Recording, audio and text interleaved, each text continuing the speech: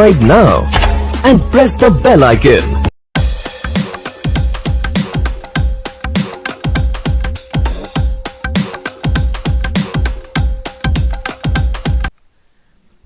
नमस्कार शिक्षक साथियों, जैसा कि आप जानते हैं कि जब 2020 में इनरोलमेंट हुआ था बच्चों का एमपी बोर्ड में, तो उस कंडीशन में और जो फॉर्म भरे गए थे हाई स्कूल के, उस कंडीशन में ये एक नया पोर्टल बनाया गया था, माध्यमिक शिक्षा मंडल मध्य प्रदेश, इस तरह का ये पोर्टल बनाया गया था। लेकिन इस बार फिर से 2021 में दोबारा से जो एमपी ऑनलाइन वाला पोर्टल है उसी से नामांकन और 10th के फॉर्म भरे जा रहे हैं एमपी बोर्ड के। तो उसके लिए कैसे अपन लोग फॉर्म भरना है और क्या क्या उसमें बातें अपन को ध्यान रखना है, ये अपन देखते हैं। तो इस तरह से अपन लोग एमपी ऑनलाइन की साइट पे आ जाएंगे और ये 21-22 के लिए फॉर्म 10वीं का फॉर्म ओपन करेंगे। तो इसमें ये जानकारी भरी हुई है, यहाँ पर डिस्ट्रिक्ट कौन सा लगा हुआ है अपना वो देखते हैं। तो डिस्ट्रिक्ट यहाँ पर अपना गुना है और फिर इसके बाद आर1 ब्लॉक है, ये भर देंगे जैसा आपका हो वैसे। और स्कूल का नाम, जो भी स्कूल का नाम है आपका, जैसे यहाँ पे ये हमने अमोदा भर दिया है।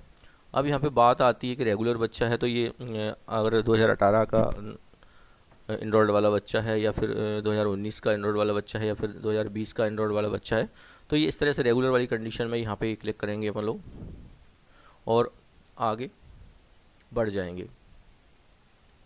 यहाँ पर एक पिन जो आपका स्कूल लॉगिन से पिन जनरेट होगा, वो यहाँ पे पिन डालना पड़ेगा स्कूल का जो रहता है, तो ओपन यहाँ पे अपन लोग डाल देंगे। और इसके बाद ये कैप्चर जो यहाँ पे बना हुआ है H2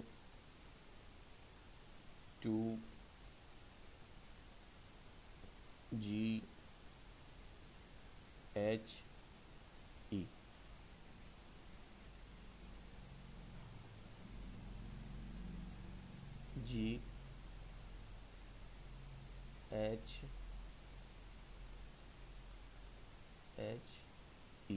इस तरह से ये अपन लोग कैप्चर यहाँ पे डाल देंगे और इसको सबमिट कर देंगे। तो यहाँ पे क्या आ जाता है, फिर अपन लोग देखते हैं यहाँ पे कि स्कूल का नाम आ जाता है और जो भी स्कूल की जानकारी है वो सब यहाँ पे आ जाती है। फिर अपन लोग किस बच्चे का अपन को फॉर्म भरना है उसका यहाँ पे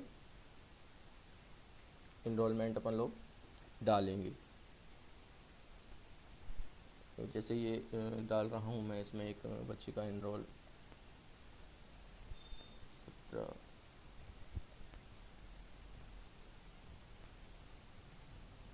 तो बच्चे का मैंने ये इनरोलमेंट यहाँ पर डाला है और इसको सबमिट किया। तो अपन देख पाते हैं कि यहाँ पे एक फॉर्म ओपन हो गया है बच्चे का। नाम लिखा हुआ है, यहाँ नाम लिखा ऑलरेडी, ये नाम और पिता का नाम और माता का नाम, और ये आ जाएगा, डेट ऑफ बर्थ आ जाएगी। बाकी सब जानकारी जो अपन को फिल करना है, हैंडीकैप वाली कंडीशन अपन को यहाँ फिल करनी है। फिर यहाँ पे कौन सी कैटेगरी में आता है बच्चा, ये अपन को यहाँ फिल करना है। मीडियम कौन सा बच्चा एग्ज़ाम देगा, हिंदी में इंग्लिश में, तो वो मीडियम यहाँ पे सिलेक्ट करना है। फिर यहाँ पे जेंडर मेल फीमेल क्या है वो है, और ये निवासी मध्य प्रदेश का है कि नहीं, ये एस नो में अपन को यहाँ पे जवाब देना है। फिर यहाँ पे आया है कि क्या आप मंडल द्वारा मान्यता प्राप्त शिक्षकों के सेवानिवृत्त शिक्षकों या राष्ट्रपति द्वारा पुरस्कृत मध्य प्रदेश के शिक्षकों के पुत्र पुत्रियाँ हैं, तो एस नो में यहाँ पे अपन को जवाब देना है कि नहीं। क्या आप मंडल के अधिकारी कर्मचारी के पुत्र पुत्रियाँ हैं, तो यहाँ एस नो में अपन को जवाब देना है। शिक्षण संस्थाओं में कार्यरत शिक्षक शिक्षिकाओं के पुत्र पुत्री हैं, तो फिर आपको यहाँ पे एस नो में जवाब देना है कि नहीं है। तो और या किसी कुष्ठ पीड़ित व्यक्ति के परिवार के सदस्य हैं, तो यहाँ पे एस नो में आपको जवाब देना है। और आप असंगठित मजदूर वाले हैं, तो यहाँ पे आपको एस या नो में जवाब देना है। एस और नो में जवाब देने के लिए फिर अपन को बहुत सारी जानकारी यहाँ पर भरना पड़ती है। इसमें अगर मान लो ये बच्चा संबल योजना से जुड़ा हुआ है, तो फिर यहाँ पे एस लगाएंगे, तो फिर अपन को संबल योजना का जो पंजीयन क्रमांक है वो देना पड़ेगा। लेकिन उसी कंडीशन में आप एस करें जब बच्चे का कार्ड, संबल योजना का कार्ड आपके पास मौजूद हो, और साथ में वो ये भी देख लें कि वो जनरेट मतलब वो पंजीयन जीवित है कि मतलब पुराना हो चुका है, ये भी ध्यान रखें, तभी आप इसको एस करें, नहीं तो इसमें नो रहने दें। फिर अपन देख पाते हैं यहाँ पे कि सब्जेक्ट कौन सा भरेंगे, बच्चे का जो सब्जेक्ट है वो भरेंगे। यहाँ पे अपन लोग फर्स्ट लैंग्वेज में अपन जाने हिंदी आ रहा है यहाँ पे, और यहाँ पे फिर दूसरा इंग्लिश और तीसरा वाला फिर संस्कृत। पहले तो क्या था कि मतलब विषय विशिष्ट और सामान्य वाले ये भरते थे अपन लोग, हिंदी विशिष्ट हुआ करता था और इंग्लिश सामान्य हुआ करता था, और जो अपनी लैंग्वेज थर्ड है संस्कृत वो भी सामान्य हुआ करती थी। लेकिन इस बार क्या है कि विषय से ये सामान्य और विशिष्ट वाला जो हिस्सा था वो सब हट गया है। सामान्य हिंदी हिंदी हिंदी रह गया है, हिंदी इंग्लिश, ये मतलब ये विशिष्ट और सामान्य वाला जो झंझट था वो ख़त्म हो चुका है। और अब ये सामान्य जानकारी 401 411 और 512 कोड वाले ये 3 विषय यहाँ पे अपन को बनना। और ये तो पहले से सिलेक्ट रहते हैं, मैथमेटिक्स से है, साइंस है और सोशल साइंस है। फिर यहाँ पे बच्चे का अपन लोग एड्रेस डाल देंगे, और एड्रेस डालने के बाद यहाँ पे अपन लोग उसका ईमेल आईडी डाल देंगे। ईमेल आईडी उसका नहीं है तो अपना विद्यालय का डाल देंगे, मोबाइल नंबर डाल देंगे, यहाँ समग्र आईडी डाल देंगे बच्चे की जो है, और यहाँ पे टिक लगाकर ये आगे बढ़ जाएंगे और अपन लोग इसको सबमिट कर देंगे, सेव कर देंगे।